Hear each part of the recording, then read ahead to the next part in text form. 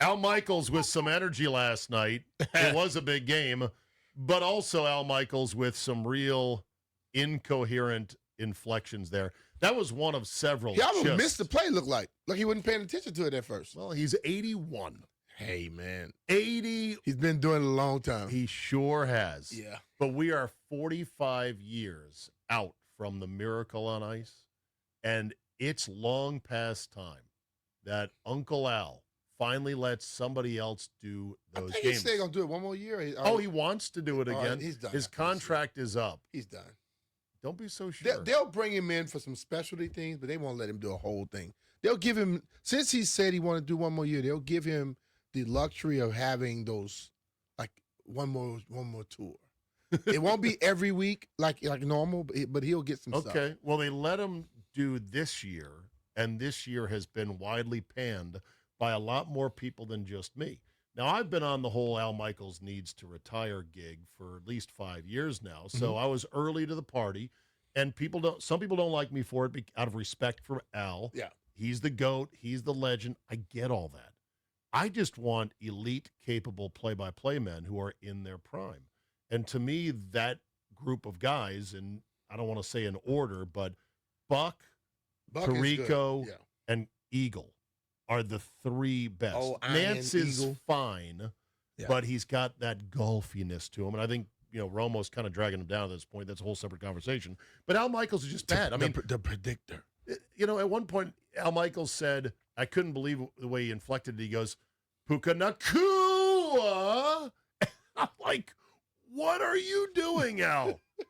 And, people say, this guy should be your favorite guy because he's always liked to gamble a bit on the games. He would drop in gambling references. He was dropping them in for a long time. When the league would hate any mention of gambling. Yeah. He has said in interviews he has never knowingly eaten a vegetable, much like myself. I'm like Ron Swanson. Vegetables are what my food eats. So I should like Al Michaels in that regard. He gets a steak delivered to him in the booth at halftime every game. And what's not to like? And the answer is the calls. And the calls are not to like. Okay, so Puka Nakua in overtime scores what stupidly I was like, well, that's it. That's the game. I can go to bed. I'm like, oh, no, that's right. The dumb new overtime rules that the fairies insisted on. It's got to be fair. It's not fair if the other team doesn't get the ball. Well, turns out that the Seahawks got it back and won the game with a 2-point conversion, but the Puka Nakua touchdown in overtime was even worse than that one. Go ahead and play it. All year long. Play fake. Stafford fires. Nakua again. Nakua will take it to the end zone. Puka Nakua, 41 yards. I mean, that is your grandfather trying to order at the Starbucks drive-thru, all confused. And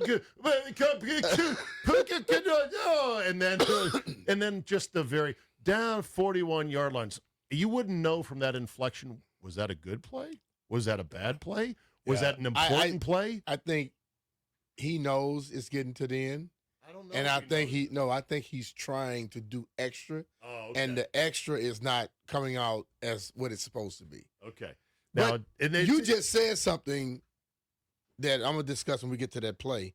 I think that's the reason why that play worked like it did. Okay. The Nakua play for the touchdown to put him ahead. Yeah. Okay.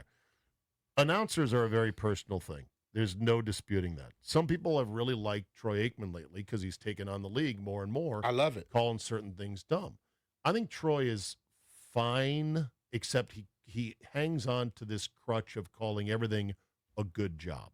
And so I started this Aikman Jobs report every Tuesday where we would recap how many times. I had a listener that would keep track of it. Mm-hmm. He's like, jobs report, 27 jobs, 17 good jobs, 8 heck of a jobs, 4 really nice jobs. And I'm just like, please choose another word, Troy, for God's sakes.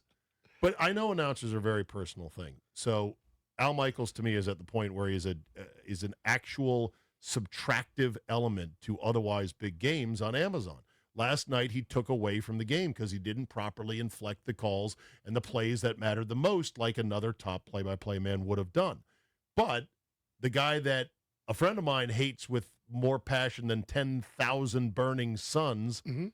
our friend Scott Lynn, is none other than Joe Tessitore. Do you remember when Tessitore was the many Monday? people don't like him. Many people don't Yeah, like Tessitore. Okay, when Tessitore was the Monday Night Football voice, they caught the game of the century, which was the Chiefs and the Rams at full peak offensive firepower. Mhm. A game that ended 53-51, I want to say, Way something up like that. It was at the LA Coliseum right before SoFi was finished, Mhm. right? And Tessitore was just, well, he was doing what he does. Another touchdown for Mahomes! And he's growling, and he's putting this extra oomph into it. And some people were like, shut the hell up. Can you just be normal? And I am sort of test neutral because I don't mind that extra revving of things, much like I like Gus Johnson. Some people hate Gus Johnson for Yeah. the same reasons, that it's too much, that it's over the top. I don't mind I'll it. be honest B-Mitch. with you, Zay. I can watch the game and turn all of them off because I just I'd rather watch the game because I think a lot of times, but when you start getting like with the lower level crews, Yes. they don't tell you nothing about the game. They're too busy trying to promote themselves and they leave the game out.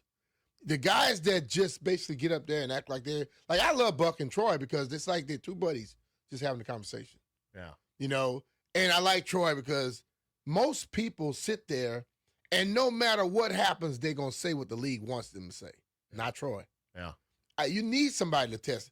If people start calling, if the people in the booth say more about the dumb calls the referees call, maybe the league will get the calls. Maybe done they'll right. get them better. But all those guys in the booth say the same thing. Oh, great call. And the league is trying to take this out the game. He hit him with his shoulder pad in the chest. I don't care about what the league's trying to do by somebody getting hit in the head. He didn't get hit in the head. Okay? That's the thing I look at. And then, oh my, I can't believe he hit him like that. Oh, the league don't have to look into this for a fine.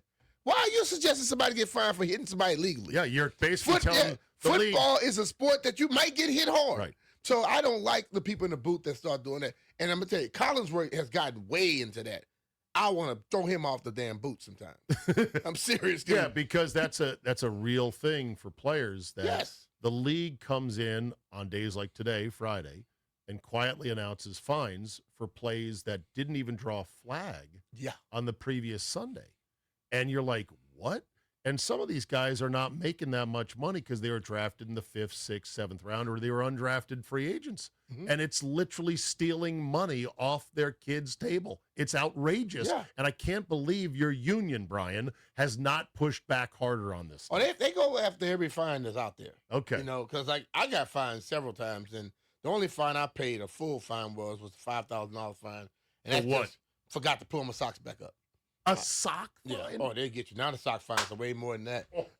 But like you get like now the sock fine. Well, when you get to the Super Bowl and the playoffs, it goes way up. Is that 'Cause Troy they- Vincent still doing the socks police? Or Troy- no, Merton Hanks. Merton does it, Hanks. but Ricky Irvins does it. Ricky Irvins and Raven Ricky. Caldwell does it here. Oh, my God. Yeah, they get, but they warn you. They'll tell So you. there's your voice. When you see them probably playing golf every now and then, right? Huh? Do you see those guys? Yeah, yeah. And do you look at them and say, how do you sleep at night? But now Ricky How and do you Raven, take a I check- watch how do Ricky you and take a Raven. check Ricky and to Raven, they steal from destroy the him. I mean, they players? go and they tell him, listen, you have to pull this up when the game starts. See, they give them their warning and stuff. But there's some guys who don't care. That's true. There are guys, and I've talked to people who put money aside for the fines. Shut Because up. they're going to wear their shirt out, like the T-shirt hangs out. Right. That's a fine. Because the NFL wants everything Yes. uniform. Yes. You know, and like, I mean, I remember one time I got fined for, they called me, said I was taunting. It was a young man who went to Southern Lab. You No, I wasn't. taunting? But this kid went to Southern Lab. Landfill, did you know Brian would occasionally run his mouth after a return? I talked trash the whole game. So that wasn't. Gee, but I never saw that. I but never see- screamed at my TV going, BMitch, get away, get away. Oh, no, see, but that's just trash talking. But this kid went to Southern Lab. Okay. I knew him. Okay. And he caught a punt on the 5-yard line. Oh, And we tackled him on the 7, knocked him out of. I was in Philly. oh, yeah. And I said, What'd come you on, man, you know you're not supposed to do that. He said, man, I know I made a mistake. Ref threw a flag. No way. And I said, "What for? What?" He say, "Taunting." I'm like, "I'm talking to my friend. I'm educating him, really." Right. So we went in and we appealed it, and he said what happened. Got my money back. No way. Yeah. So you not only got a flag, but you got a fine for taunting, Yeah. for telling this So, kid. so hey, the flag stood, but I the got my fine money was back later. rescinded. But we had a flag that cost. But it was a preseason game, so nobody cares. Yeah, that was a teachable moment from you to this other kid. Like, Yes. yeah, you're at the 5. Yeah, Be aware. don't catch that, No, dog. this, let those go.